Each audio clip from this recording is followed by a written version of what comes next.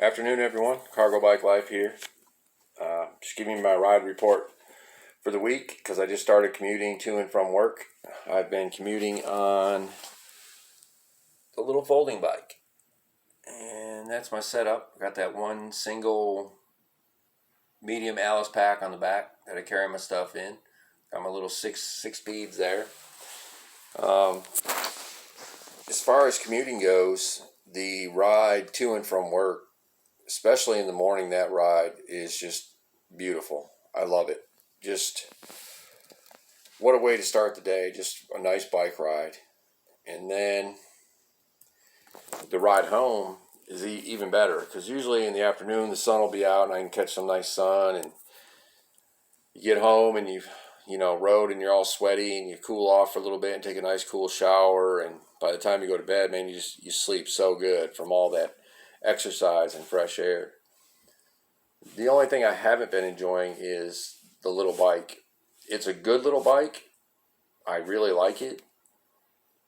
I've never had a bike that small that I could ride at 6'4". I mean, and it rides good, and the gear range is okay. But after riding the Surly Big Dummy with the 30 gears and the size of the bike and the speed of the bike, that bike just for me isn't cutting it. Probably go back to using my Surly Big Dummy for my commute. The other thing I don't like about the little bike is there's just not enough storage on the bike to be able to carry a proper amount of water. I normally carry 2 gallons with me during the summer anytime I ride because I drink a lot of water when I'm riding.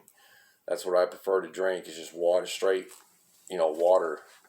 And you just can't carry enough on that little bike. I mean, with that one bag on the back, the storage space on it is pretty much maxed out.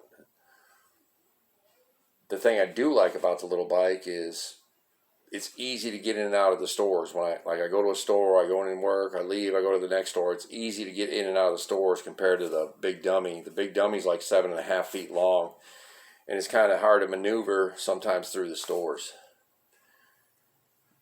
I also like the V-brakes on that bike.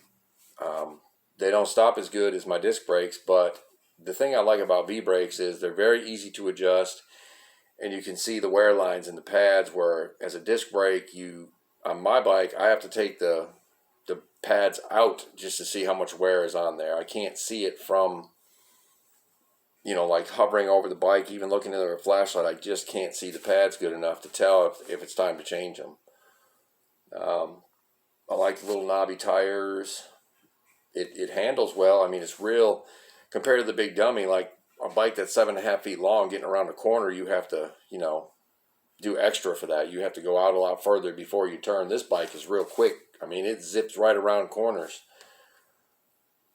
But the pedals, or not the pedals, but the crank arms are much shorter than on my Big Dummy, so I don't get as much of a power stroke when I'm pedaling, and it's just not as fast as the Big Dummy.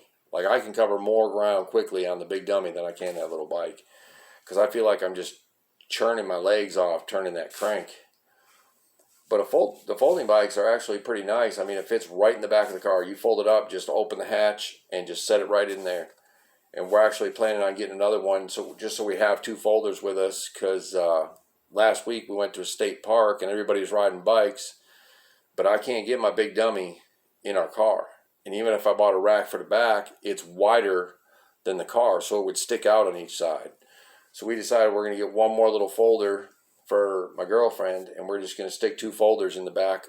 And that way, whenever we go somewhere, if we just want to ride around like a state park or something, we can just ride if we're in the car. Normally, when we go out and ride, we just go and get the bikes out of the shop and just leave the car there, and we just ride, and then we end up back at the shop at the end of the day. But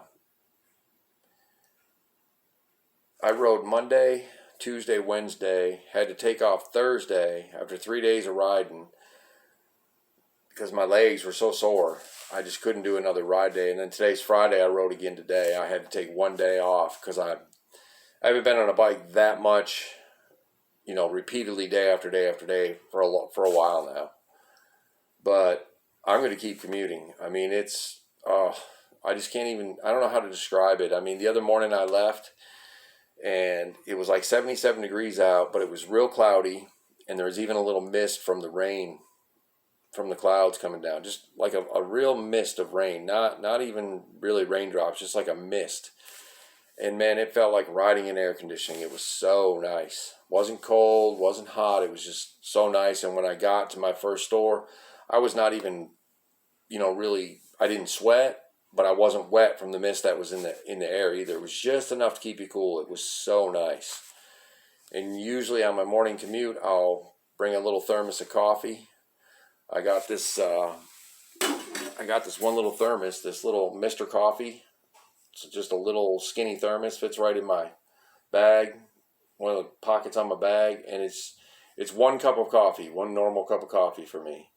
So bringing that with me, it's just nice to be able to stop and just admire the scenery and have a cup of coffee and, a snack, and just relax before you go to work.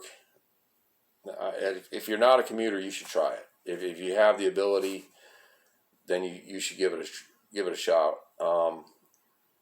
If you're wondering about, like, if I ride to work and I'm all sweaty, there's no showers at my work, what I do, go on Facebook and join a group called, what is it called? Bicycle Commuters, I think it's called. It's got a very simple name, but a guy just posted a thing today about, because another member of the group asked, what do y'all do when there's no shower at your work? And they gave him like all kinds of really good suggestions on how to clean yourself up if you're sweaty, if there's no showers at your work. And in my opinion, it's well worth it. Well worth it. Especially, when you're done with work for the day and you get in that car and you're driving home and you hit some traffic and you have to wait, or maybe a train's coming by and you're stuck, and oh God, just on a bike you're just cruising. And like a lot of times on my way home, I'll stop somewhere and like get a cup of coffee and hang out, talk to people. Just give it a try, but don't give it like just 1 or 2 days. Give it like, a month, 2 months. See if it grows on you. Think about how much money you'll save by not buying gas, and maybe in the end you won't even need that car anymore. But I just wanted to give you a ride report, because a person asked in the comments for a ride report, so this is my ride report. And he really wanted to know, because he's like me, I'm 6'4", 210. He wanted to know, was the bike comfortable? Was his main question. The bike is comfortable. A folding bike is comfortable if you're a bigger person. Not that I think I'm a huge person, but it is comfortable. I mean, it rides fine. My knees don't hit the handlebars. But what I do get sometime, I have a size 13 foot with that bag on there. When I'm pedaling, the back of my heel will sometimes lightly strike the bag, and I could wedge something between the seat post and the bag to push it back a little further, and then that wouldn't happen. But I mean, it's so minuscule that it hits that it doesn't really even matter. But that's my ride report, y'all.